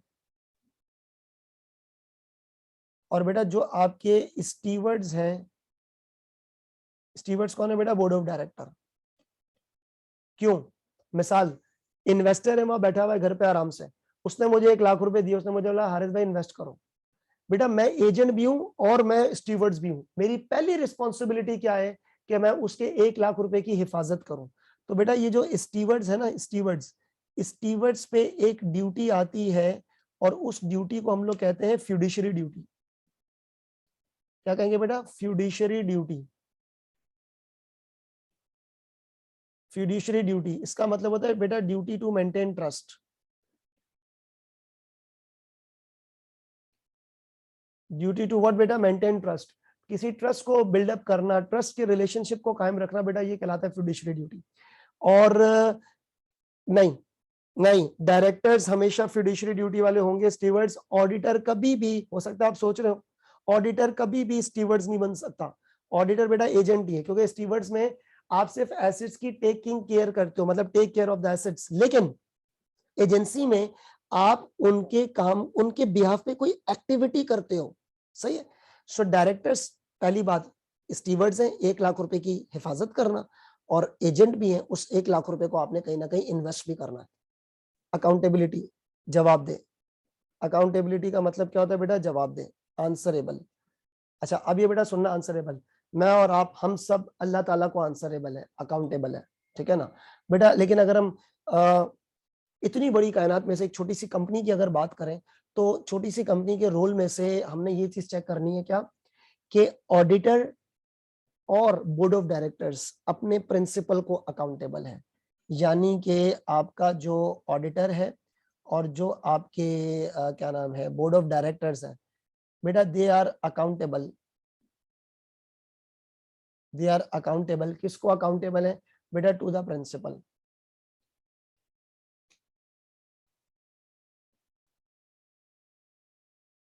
और बेटा प्रिंसिपल कौन है, शेयर होल्डर्स। बेटा प्रिंसिपल कौन है आपके पास, शेयर होल्डर्स। अभी तक बेसिक इंट्रोडक्शन ही चल रहा है बेटा, ये बहुत इंपॉर्टेंट है ये लेक्चर, बेसिक इंट्रोडक्शन बहुत ही इंपॉर्टेंट है, क्योंकि यहाँ पर बेटा इस जो भी आपका लेक्चर की जो है चीजें हो रही है, ये आपका माइंड सेट क्रिएट हो रहा है। जब हम फिर चैप्टर नंबर 1 और फिर 100 चैप्टर्स पे जाते जाएंगे, मैं आपके साथ जब सिलेबस डिस्कस करूंगा, तो उसमें बेटा फिर आपको पता लगेगा हाँ टीओसी क्या है, सब्सटेंटिव क्या है एंड ऑल दैट स्टफ, ठीक है। अच्छा बेटा ऊपर चलते हैं दोबारा से। मैंने आपको एक छोटी सी बात बताई थी कि ऑडिटर जो है ना, वो एक सिस्टमैटिक अप्रोच पे काम करता है। किस पे काम करता है बेटा, सिस्टमैटिक अप्रोच पे। और ये बेटा सिस्टमैटिक अप्रोच ये रही ऑडिट साइकिल, सिस्टमैटिक अप्रोच। अच्छा इसमें होता क्या है, देखें सबसे पहली बात तो ये है कि it's a systematic approach, right. अब मैं आपको एक छोटी सी मिसाल दूं, छोटी सी मिसाल ऑपरेशन थिएटर की। एक हॉस्पिटल में बेटा, एक हॉस्पिटल में अगर एक सर्जन सर्जरी कर रहा है, ऑपरेशन कर रहा है, तो ऐसा थोड़ी होता है पेशेंट को लिटाया और ऑपरेशन शुरू कर दिया, नहीं बेटा, उसका एक सिस्टम होता है। पहले उसको बेहोशी का इंजेक्शन देते हैं, फिर उसका ब्लड प्रेशर चेक करते हैं, फिर बेहोशी का इंजेक्शन होता है, फिर एक टाइम होता है कि ऑपरेशन से इतने अरसे पहले कुछ खाना नहीं है, फिर जाके उनका ऑपरेशन होता है, एक सिस्टम है ना। तो बेटा similarly go for the system of the audit. Audit एक कोई वो थोड़ी है, छापा थोड़ी मार रहे हैं हम। Audit is not the surprise activity बेटा, audit is a planned activity. Audit is a what, it's a planned activity बेटा। ऑडिटर एक प्लान एक्टिविटी है, audit is a plan activity. Auditor एक प्लान एक्टिविटी है, ठीक है। अब आगे बढ़ते हैं। सबसे पहले ऑडिटर अपॉइंट होता है या रीअपॉइंट होता है। अच्छा अपॉइंट या रीअपॉइंट का मतलब ये कि हो सकता है कि पिछले साल आपने ऑडिट किया, इस साल भी आप ऑडिट कर रहे हो। और बेटा यहाँ पर तुम बच्चे जानते हो, अभी मैंने ऊपर वाली स्लाइड्स में आपको बताया है कि जो ऑडिटर है बेटा, वो अपॉइंटेड बाय शेयर होल्डर्स। जो बेटा ऑडिटर है, auditor is appointed by shareholders in AGM. Share holders in what बेटा, इन एजीएम, ठीक है। अच्छा सेकंड नंबर पे बेटा, सेकंड नंबर पे आप ऑडिट एंगेजमेंट लेटर साइन करोगे। ये क्या होता है बेटा, सिस्टमैटिक अप्रोच है। पहले ऑडिटर एजीएम में अपॉइंट हुआ, और अपॉइंट होने के बाद बेटा एईएल किया। एईएल मतलब audit engagement letter, if I can write in a short manner, तो बेटा ये कॉन्ट्रैक्ट होता है। क्या होता है बेटा, कॉन्ट्रैक्ट होता है between auditor and client company, between auditor and client company. बेटा ऑडिटर और क्लाइंट कंपनी के दरमियान एक लिखित पढ़त होगी। ये थोड़ी है कि भाई मैं घुस गया कंपनी में, दिखा भाई फाइनेंशियल स्टेटमेंट्स। बेटा एक सिस्टम है, एक तरीका है, एक अच्छा ये सारी चीजें पता है कि सिस्टमैटिक अप्रोच है। आप जरा मेरी बात ध्यान से सुनना, जब हम ये चीजें पढ़ रहे होंगे it will take some time. पूरा का पूरा एथिक्स के चैप्टर के ऊपर ये चीजें इन्वॉल्व है, फिर लीगल मैटर्स एंड मतलब ये डिटेल है, ये तो ओवरव्यू है, ये तो हेडलाइन है, हेडलाइन न्यूज़पेपर की। तफसीली खबर बेटा बाकी है, उसके लिए आपको वेट करना होगा। इंट्रोडक्शन चल रहा है अभी तक। अच्छा जी बेटा, क्या है, ऑडिटर ने अपॉइंट किया, रीअपॉइंट किया, एंगेजमेंट लेटर बना बेटा, contract between auditor and the client company. उसके बाद बेटा इधर आ जाओ, थर्ड नंबर पे प्लानिंग स्टेज ऑफ ऑडिट। ये बहुत इंपॉर्टेंट है बेटा, प्लानिंग स्टेज। ऑडिट छापा नहीं है, ऑडिटर को प्लान करना लाजमी है। ऑडिट प्लानिंग, ऑडिट क्या, प्लानिंग। मतलब मैं टीचर हूँ, ठीक है, मैं 2011 से पढ़ा रहा हूँ, अल्हम्दुलिल्लाह काफी एक्सपीरियंस है। फिर भी बेटा क्लास में जाने से पहले प्लान करना होता है ना। आज ये टॉपिक पढ़ाना है, ये सवाल पुराना हो गया, ये सवाल नया है, ये करवाना है, क्रैश कोर्स है उसका प्लान अलग है। प्लानिंग बहुत जरूरी है। ये वीडियो लेक्चर रिकॉर्ड हो रहा है, इसका भी एक प्लान है। हर एक चीज का प्लान होता है बेटा। एक पुलिस फोर्स भी जब कहीं जाती है कोई इन्वेस्टिगेशन करने, सीआईडी जाती है, एजेंसी जाती है बेटा, उसमें भी एक प्लान होता है। आप एक ऑडिटर प्लान है, बहुत इंपॉर्टेंट चीज है ऑडिट प्लानिंग। उसके बाद बेटा नंबर 4 पे आप करोगे यहाँ पे परफॉर्मिंग द ऑडिट, और ऑडिट परफॉर्मिंग में दो चीजें आती हैं, टीओसी और सब्सटेंटिव। अब मैं आपको बड़े मजे की बात बताऊं एग्जामिनेशन पॉइंट ऑफ व्यू से, एक सीआरक्यू यहां से आता है, ठीक है, एक सीआरक्यू यहां से आता है, एक सीआरक्यू यहां से आता है, और बेटा ये जो आपके पास ये वाला जो एरिया है ना, ये एरिया आपके एग्जाम में कम से कम बता रहा हूं बेटा, कम से कम भी ये 40 से 50 नंबर का एरिया है, ये समटाइम्स 55% भी हो सकता है। यस, ये सिर्फ मैं आपको बता रहा हूँ case study wise, case study की मैं बात कर रहा हूँ, नॉलेज बेस की तो बात ही नहीं कर रहा मैं। नॉलेज बेस भी आ सकता है, तो हो सकता है नॉलेज बेस मिला के 55 नंबर तक का आ जाए। यस बेटा, ये तीन असल ऑडिट ही यही है कि पहले ऑडिट का प्लान होगा, फिर उसके बाद परफॉर्मिंग में पहले टीओसी करते हैं, फिर सब्सटेंटिव करते हैं, और बेटा यही आपके पास रियल ऑडिट है। आधे से ज्यादा पेपर इसमें से आपको नजर आएंगे, आगे बढ़ेंगे समझ आ जाएगी। अच्छा बेटा, उसके बाद क्या है, नंबर 5th स्टेज पे चेक करो। नंबर 5th स्टेज पे बेटा रिव्यू स्टेज है, बहुत इंपॉर्टेंट स्टेज है। रिव्यू का मतलब क्या है कि ऑडिट इज ऑलमोस्ट डन, अब एक ऑडिटर मामलात को रिव्यू कर रहा है। क्या कर रहा है, रिव्यू, चेक कर रहा है यार प्रोसीजर सही है। मिसाल एक जज है, मैं कुर्सी हूँ, जज पे बैठा हुआ हूँ, और मैं कुर्सी नहीं हूँ, मतलब मैं जज की कुर्सी पे बैठा हूँ, सबूत आए, सबको रिव्यू किया और फिर अपना फैसला सुना दिया। इसी तरीके से बेटा आपके पास क्या है कि जो एक ऑडिटर है बेटा, उसको भी अपने काम को रिव्यू करना है। डिटेल स्टेज है, इसके ऊपर हम बात करेंगे।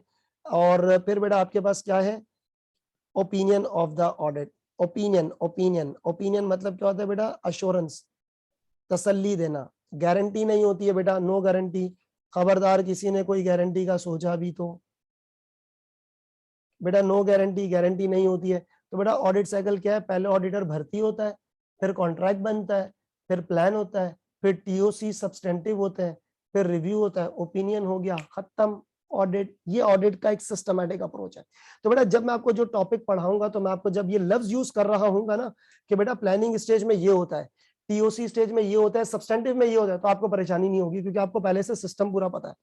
अच्छा अब बेटा इस लेक्चर की ये आखिरी चीज है, ओपिनियन ऑफ द ऑडिटर। इस लेक्चर की ये आखिरी चीज है, ओपिनियन ऑफ द ऑडिटर। अब उसमें देखते हैं बेटा क्या है।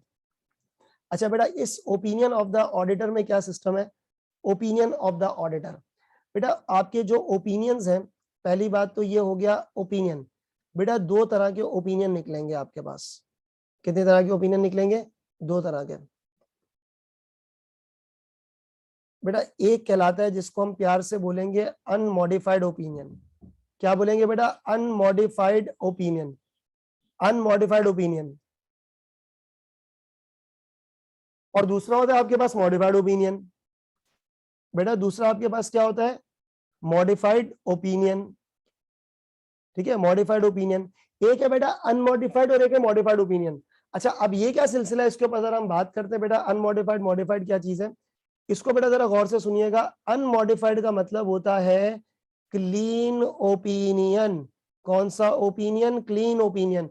अच्छा बेटा इसमें सिलसिले क्या है, इसमें सिलसिले ये कि जब एक ऑडिटर फाइनेंशियल स्टेटमेंट्स को देखता है, चेक करता है, प्रोसीजर लगाता है, चेक करता है, प्रोसीजर लगाता है, और उसकी नजर में फाइनेंशियल स्टेटमेंट ओके है, बिल्कुल ठीक है, तो उसको कहते हैं अनमॉडिफाइड ओपिनियन। तो बेटा ओपिनियन क्या है कि ऑडिटर इज सेइंग दैट,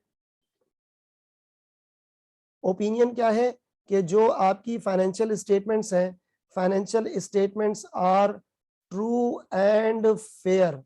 बेटा जब एक ऑडिटर ने बोल दिया है कि financial statement true and fair है, तो उसको हम प्यार से क्या बोलेंगे, unmodified opinion. That's it. Number 2 modified. बेटा मॉडिफाइड ओपिनियन की भी 3 टाइप्स है। मॉडिफाइड ओपिनियन में बेटा यू हैव गॉट 3 टाइप्स।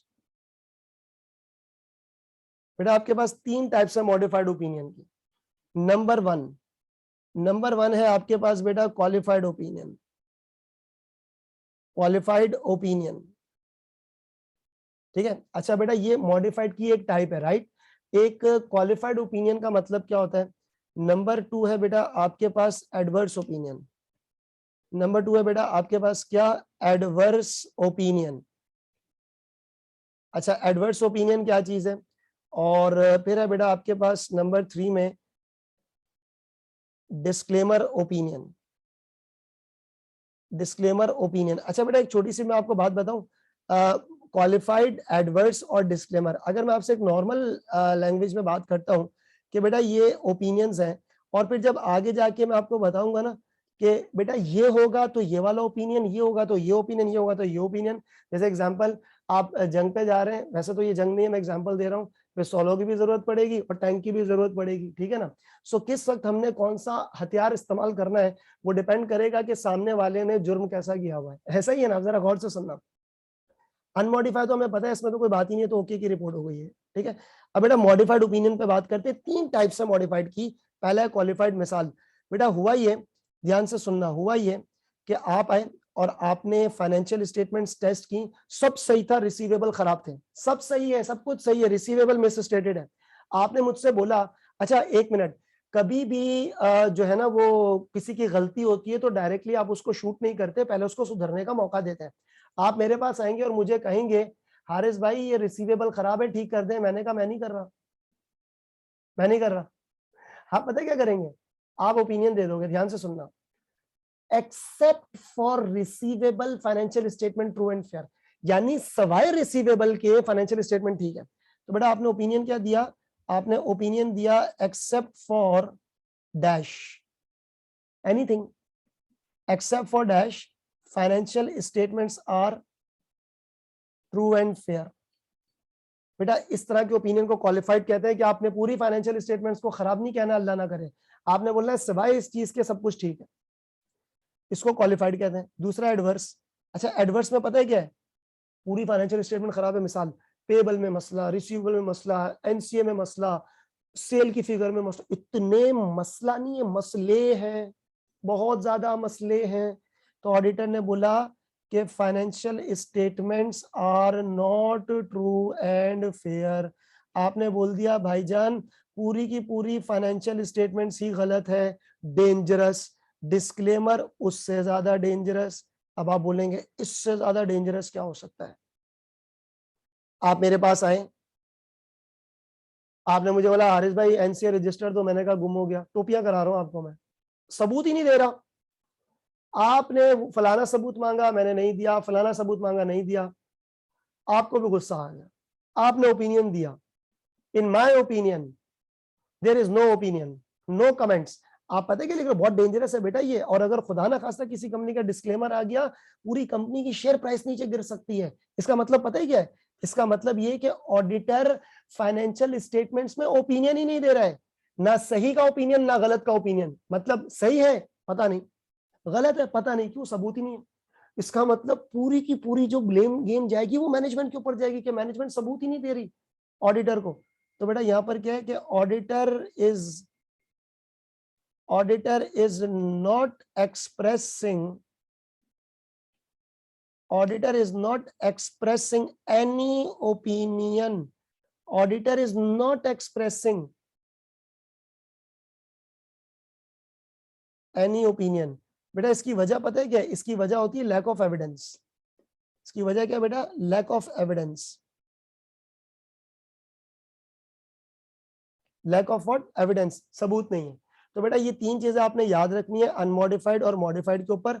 और एक चीज बस मैं आपको लास्ट बेटा डब्बे में एक चीज लिख दूं कि ऑडिटर जो करता है वो प्रोसीजर कहलाता है, और जो हासिल करता है वो सबूत कहलाता है। बेटा जो ऑडिटर है, ऑडिटर का जो काम है, जो वर्क है, यानी कि जो एक्शंस है, वो बेटा प्रोसीजर्स कहलाते हैं। क्या कहलाते हैं बेटा, ऑडिट प्रोसीजर्स कहलाते हैं। और ऑडिटर बेटा जो चीज कलेक्ट करता है वो एविडेंस कहलाता है। क्या कहलाता है बेटा, evidence. So this is the thing, auditor जो करता है वो प्रोसीजर है, जो हासिल करता है वो सबूत है। Let me give you a very very quick recap. मुझे देखें, इसको पढ़ना नहीं, सिर्फ इधर फोकस कीजिएगा। क्या चीज है बेटा, ऑडिट फाइनेंशियल स्टेटमेंट्स का होता है, ठीक है, चोरी पकड़ना काम नहीं है। पहले कंट्रोल देखते हैं, फिर एफएस देखते हैं, फिर ओपिनियन देते हैं ऑडिट साइकिल के हिसाब से। ओपिनियन भी दो कैटेगरीज के हैं, सब कुछ ठीक है तो अनमॉडिफाई, कुछ खराब है तो मॉडिफाई। तो मॉडिफाई में भी तीन टाइप्स हैं, क्वालिफाइड, एडवर्स और डिस्क्लेमर। क्वालिफाइड सिवाय इस चीज के सब कुछ ठीक है, पूरी एफएससी खराब है, या हम सबूत नहीं दे रहे। ऑडिटर जो करता है वो प्रोसीजर है, जो हासिल करता है वो एविडेंस है। ठीक है बेटा, this lecture till here, now see you in the next lecture. और बेटा आपने चीजों को रिवाइज जरूर करना है। Okay, see you in the next video.